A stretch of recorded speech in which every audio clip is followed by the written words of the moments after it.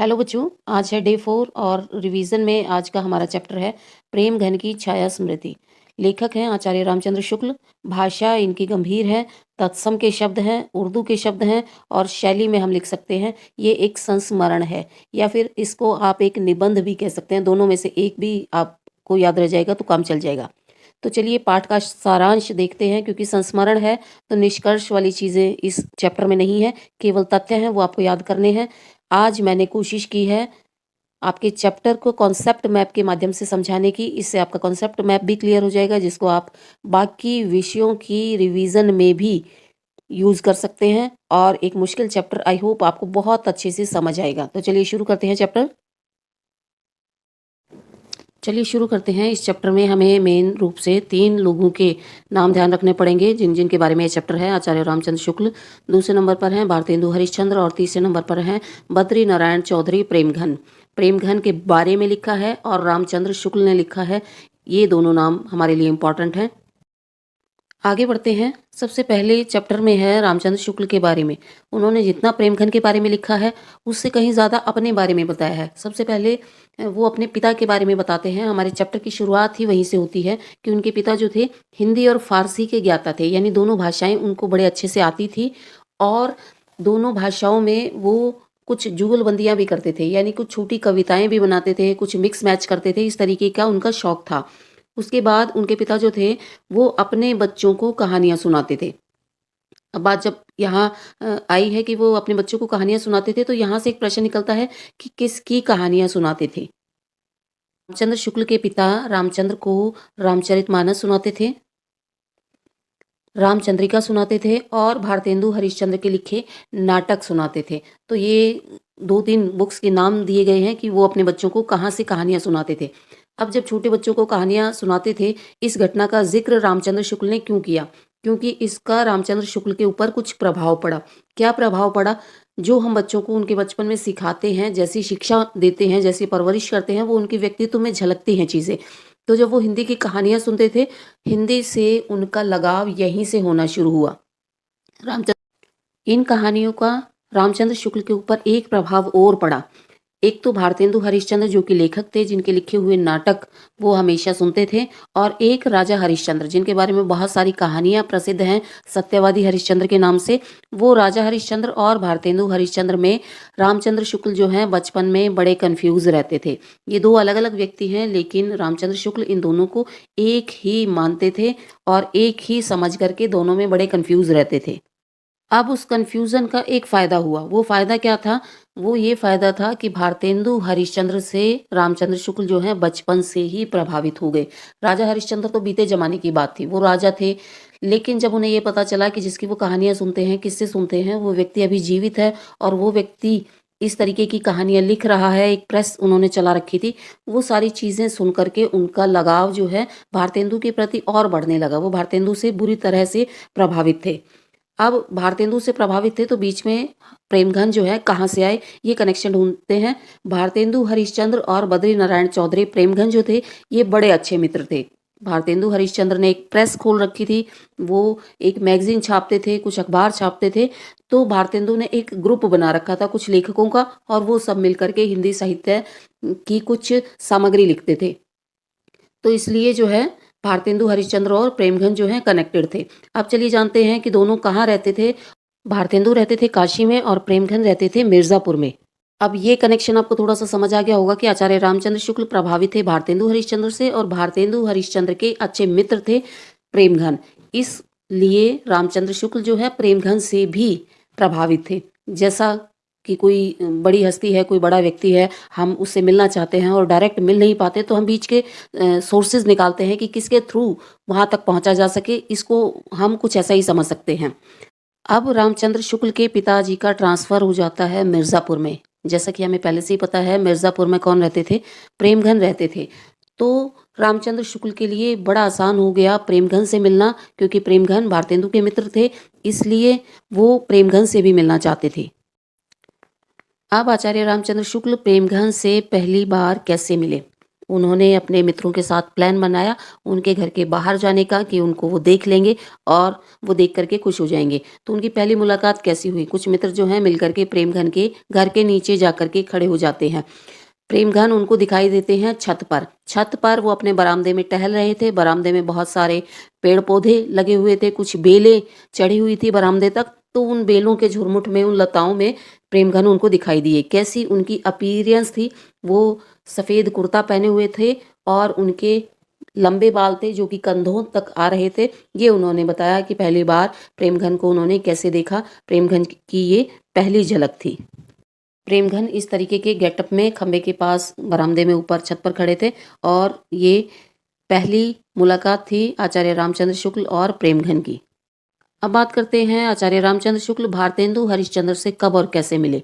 हमारे चैप्टर में ये बताया गया है कि भारतेंदु हरिश्चंद्र से रामचंद्र शुक्ल नहीं मिले हमारे चैप्टर में। तो उनसे पहली मुलाकात के समय हमें ये सारी चीज़ें नहीं लिखनी जो प्रेमघन के बारे में है। यहाँ बच्चे कंफ्यूज होते हैं कि बरामदे में खड़े थे, छत पर खड़े थे, फूल पत्तियां थी। वो वाला जो सीन बताया गया है वो प्रेमघन के लिए है, भारतेंदु के लिए नहीं है। भारतेंदु का उन्होंने केवल घर देखा था इस चैप्टर में। और वो घर कब देखा था? जब वो बारात में काशी गए, क्योंकि मिर्ज़ापुर रहते थे और भारतेंदु काशी में रहते थे। तो भारतेंदु का घर उन्होंने कब देखा? किसी बारात में वो काशी गए थे, तब उन्होंने भारतेंदु का घर देखा। उन्हें कैसे पता लगा कि ये भारतेंदु का घर है? केदारनाथ पाठक ने उन्हें बताया कि ये भारतेंदु का घर है। अब ये केदारनाथ पाठक कौन है? ये भी एक इम्पॉर्टेंट कैरेक्टर है इस निबंध के। केदारनाथ पाठक जो हैं एक लाइब्रेरियन थे जो कि मिर्ज़ापुर में रहते थे। मिर्ज़ापुर में इन्होंने एक लाइब्रेरी खोल रखी थी। तो उस लाइब्रेरी में रामचंद्र शुक्ल अक्सर जाते थे। तो केदारनाथ पाठक को वो बड़े अच्छे से जानते थे। तो केदारनाथ पाठक को जब उन्होंने काशी में देखा और केदारनाथ पाठक ने जब उनको बताया कि वो भारतेंदु का घर है, तो क्या परिणाम निकला इस बातचीत का? केदारनाथ पाठक और शुक्ल जो हैं अच्छे मित्र बन गए। भारतेंदु के घर के नीचे जो उनका परिचय हुआ दूसरी बार, वो गहरी मित्रता में बदल गया। आगे चलते हैं, प्रेमघन के बारे में जानते हैं। प्रेमघन के बारे में लेखक ने क्या बताया है? उनके व्यक्तित्व की कुछ विशेषताएं बताई हैं। वो विशेषताएं क्या क्या हैं? प्रेमघन जो है बड़े रईस व्यक्ति थे, बहुत तबीयतदार व्यक्ति थे। तबीयतदार कहते हैं किसी भी काम को बहुत परफेक्शन के साथ करना। तीसरी उनकी विशेषता है बातचीत में वक्रता। सीधे सीधे कोई बात नहीं बोलते थे, हर बात को घुमा करके टोंट वाली भाषा में, इस तरीके से वक्रता वाली भाषा में वो बोलते थे। हमेशा उनके नौकर आगे पीछे घूमते थे, इतने वो रईस थे। उनके हर एक्टिविटी में, उनके हर कार्य में उनकी रईसी झलकती थी। पहनावा, जैसा पहली मुलाकात में उन्होंने बताया था कि कंधे तक लंबे बाल थे, सफ़ेद कुर्ता पहनते थे, तो इस तरीके से पहनावा उनका अलग था। और आखिरी विशेषता, उत्सव प्रेमी थे। किसी भी उत्सव को वो बहुत धूमधाम से मनाते थे। तो ये प्रेमघन की विशेषताएं हैं। चलिए आगे बढ़ते हैं। रामचंद्र शुक्ल को हिंदी से लगाव कैसे हुआ? हिंदी की और वो कैसे झुके, ये एक इम्पॉर्टेंट प्रश्न है आपके चैप्टर का। तो जानते हैं कि वो लगाव के क्या क्या कारण थे। एक तो पिताजी के कारण, जो हमने डिटेल में पढ़ा कि कहानियाँ सुनाते थे। दूसरा, वो कॉलेज जाने लगे, क्वींस कॉलेज उनके कॉलेज का नाम था। तो कॉलेज में साहित्य की किताबें पढ़ने लगे। उसके बाद वो पाठक के पुस्तकालय में जाते थे। और चौथा कारण है, भारत जीवन प्रेस की पुस्तकें उनके घर में आती थी। वो प्रेस थी रामचंद्र शुक्ल के पिता के मित्र की। इस तरीके से उनका जो है लगाव बढ़ता गया हिंदी की ओर।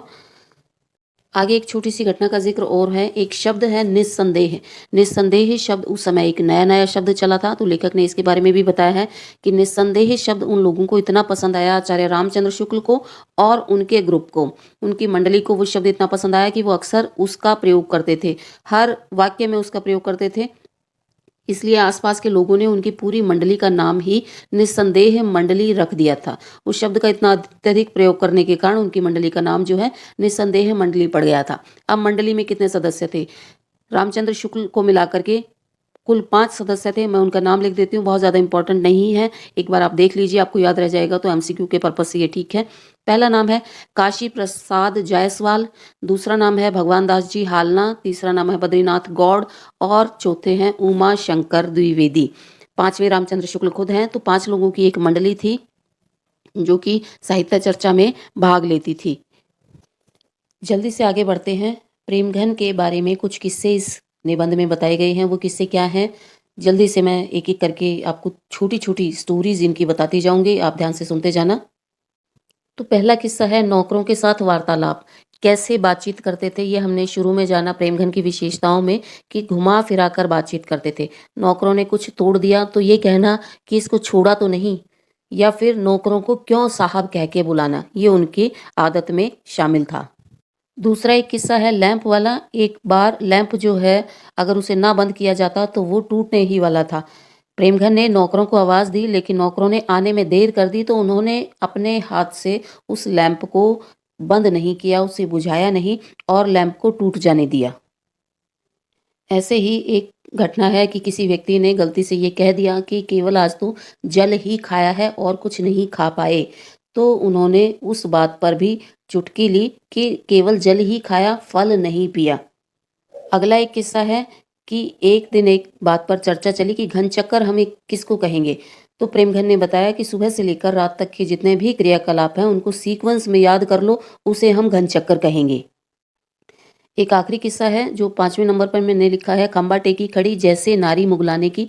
ये एक कवि ने प्रेमघन के लिए बोला था। उनका एक कवित्व पूरा नहीं हो रहा था, एक कविता की लाइन पूरी नहीं हो रही थी। तो उन्होंने जैसे ही प्रेमघन को देखा उनके दिमाग में ये लाइन आई, खंभा टेकी खड़ी जैसे नारी मुगलाने की, कि प्रेमघन अक्सर खंभे का सहारा लेकर खड़े होते थे और ऐसे इतनी अदा से कि जैसे मुगलों की कोई स्त्री हो, मुगलों के समय की कोई स्त्री हो, इतना बनाव श्रृंगार, इतना सलीके से रहना, ये उनके लिए एक कॉम्प्लीमेंट की तरह से था।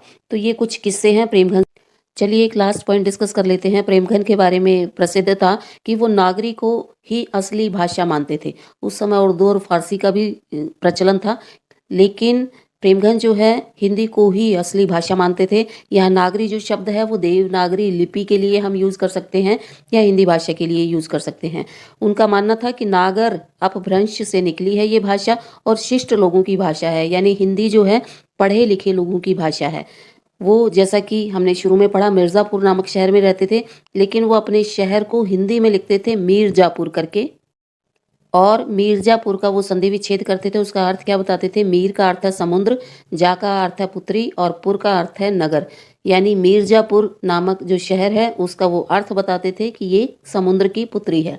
इस तरीके से हमें पता लगता है कि प्रेमघन जो है अपनी भाषा से, हिंदी भाषा से कितना प्रेम करते थे। चलिए सबसे इम्पोर्टेंट क्वेश्चन डिस्कस करते हैं इस चैप्टर के। पहला क्वेश्चन है, लेखक का हिंदी साहित्य के प्रति लगाव कैसे जागा? ये हमने चैप्टर पढ़ा था तभी मैंने आपको बताया था। साथ साथ लेखक के पिता को साहित्य से बहुत लगाव था।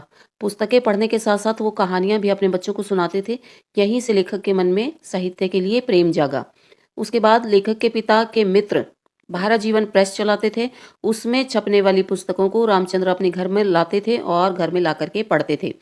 थर्ड है, जब लेखक जो है क्वींस कॉलेज में जाने लगे तब वो अक्सर केदारनाथ पाठक की लाइब्रेरी में जाते थे, वहाँ हिंदी साहित्य की पुस्तकें पढ़ते थे। इन तीनों कारणों की वजह से लेखक का हिंदी साहित्य के प्रति झुकाव बढ़ता चला गया। अगला क्वेश्चन देखते हैं, इस पुरातत्व की दृष्टि में प्रेम और कौतूहल का अद्भुत मिश्रण रहता था। यह पंक्ति किस संदर्भ में कही गई है और क्यों? ये चैप्टर जो है आपका व्याख्या की दृष्टि से भी महत्वपूर्ण है और ये जो लाइनें हैं ये व्याख्या वाले पैरा में अक्सर आती रहती हैं, तो आप इसको एक बार ध्यान से देखिए। यह पंक्ति जो है प्रेमघन के लिए कही गई है। जब रामचंद्र शुक्ल लेखक बन गए यानी लिखने लगे तो उनका परिचय प्रेमघन के साथ हो गया। प्रेमघन के घर वो अक्सर जाया करते थे।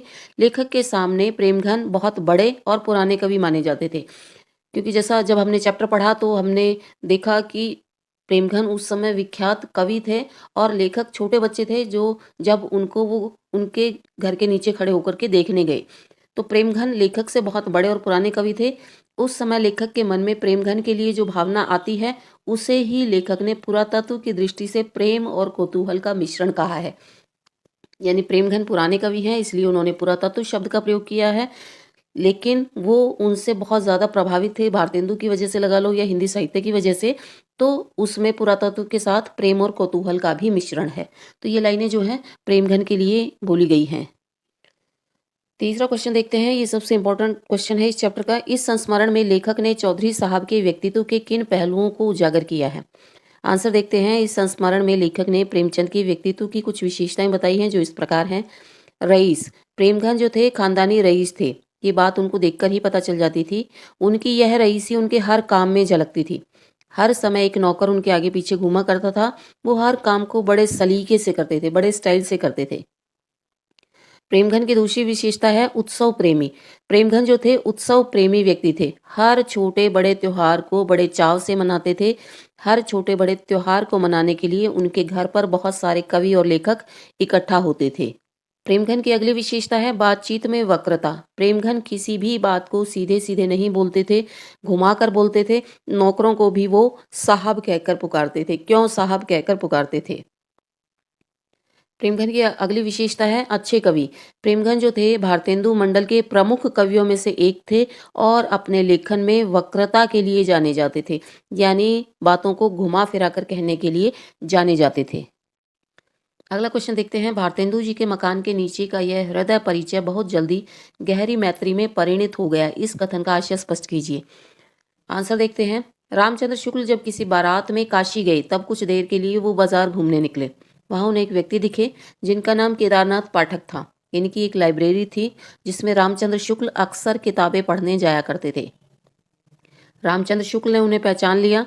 बातचीत करने पर पता चला कि वो जिस घर में से निकले हैं वो घर भारतेंदु हरिश्चंद्र का है। भारतेंदु हरिश्चंद्र से रामचंद्र शुक्ल पहले से ही बहुत प्रभावित थे और जब उन्हें पता लगा कि केदारनाथ पाठक भारतेंदु को जानते हैं तो वो केदारनाथ पाठक के भी बहुत अच्छे मित्र बन गए। तो भारतेंदु के मकान के नीचे रामचंद्र शुक्ल को कौन मिला? केदारनाथ पाठक। ये ध्यान रखना है क्योंकि मिड टर्म में ये व्याख्या के लिए जो पोर्शन आया था तो बच्चों ने इसको प्रेमघन समझ लिया था और प्रेमघन के बारे में लिख दिया था। तो यहाँ कंफ्यूज नहीं होना है। भारतेंदु जी के घर के नीचे लेखक जो है केदारनाथ पाठक से मिले और दूसरा जो क्वेश्चन हमने किया था पुरातत्व प्रेम और कौतूहल वाला, वो प्रेमघन के लिए है। कि दोनों ही प्रश्न व्याख्या के हिसाब से भी बहुत इंपॉर्टेंट हैं। चलिए लास्ट क्वेश्चन देख लेते हैं। प्रेमघन के नागरी के बारे में क्या विचार थे? यहाँ नागरी से मतलब है देवनागरी यानी हिंदी भाषा। ये जिस समय की बात हो रही है उस समय उर्दू जो है ज़्यादा प्रचलन में थी, वो ज़्यादा लिखी पढ़ी जाती थी। लेकिन प्रेमघन जो है हिंदी को महत्व देने वाले व्यक्ति थे। उनका मानना था कि हिंदी जो है शिष्ट लोगों की भाषा है, पढ़े लिखे लोगों की भाषा है। वो अपने शहर मिर्ज़ापुर को मीरजापुर लिखते थे और उसका अर्थ जो है समुद्र की पुत्री बताते थे। यानी मीर का मतलब है समुद्र, जा का मतलब है पुत्री और पुर का अर्थ है शहर। तो इस प्रकार जो है प्रेमघन नागरी से अत्यधिक प्रेम करते थे, हिंदी भाषा के कवि थे। ये था आपका डे 4 का रिवीजन प्रेमघन की छाया स्मृति, क्योंकि थोड़ा सा बड़ा चैप्टर है। 3-4 अलग अलग राइटर्स के बारे में अलग अलग चीज़ें हैं। रामचंद्र शुक्ल ने तीनों चारों को मिक्सअप कर दिया है तो थोड़ा सा कंफ्यूजिंग बन गया है ये चैप्टर आपके लिए। मैंने पूरी कोशिश की है कि अलग अलग करके सारा आपको समझाऊं ताकि आप कंफ्यूज ना हो भारतेंदु में, प्रेमघन में और रामचंद्र शुक्ल में। आई होप आपको ये चैप्टर समझ आ गया होगा। आज हम अभिव्यक्ति और माध्यम का कोई क्वेश्चन नहीं करेंगे। आप इस चैप्टर को अच्छे से समझ लीजिए। इस चैप्टर के एमसीक्यू या सारे एक्स्ट्रा क्वेश्चन आंसर अगर आपको चाहिए तो कमेंट में सबसे पहली वीडियो आपको मिलेगी, उसमें रामचंद्र शुक्ल वाले चैप्टर के सारे छोटे बड़े प्रश्न उत्तर आपको मिल जाएंगे। किसी बच्चे को अगर देखनी है, कोई कन्फ्यूज़न है एमसीक्यू में, किसी फैक्ट के बारे में कोई डाउट है तो आप उस वीडियो को देख सकते हैं। वो आपके लिए मुझे लगता है यूज़फुल रहेगी। आई होप आपको आज का चैप्टर समझ आया होगा। मैंने पूरी कोशिश की है। और अगर किसी ने चारों वीडियो देखी हैं तो प्लीज़ मुझे बताना कि आज जिस तरीके से मैंने कॉन्सेप्ट मैप वाले तरीके से आपको समझाने की कोशिश की है वो मेथड ज़्यादा इजी है या जिस तरीके से नॉर्मली मैं नोट्स बनाकर आपको समझाती हूँ वो ज़्यादा आपको पसंद आता है, ताकि मैं अगला रिवीजन आपके लिए उसी तरीके से तैयार कर पाऊँ। Thank you.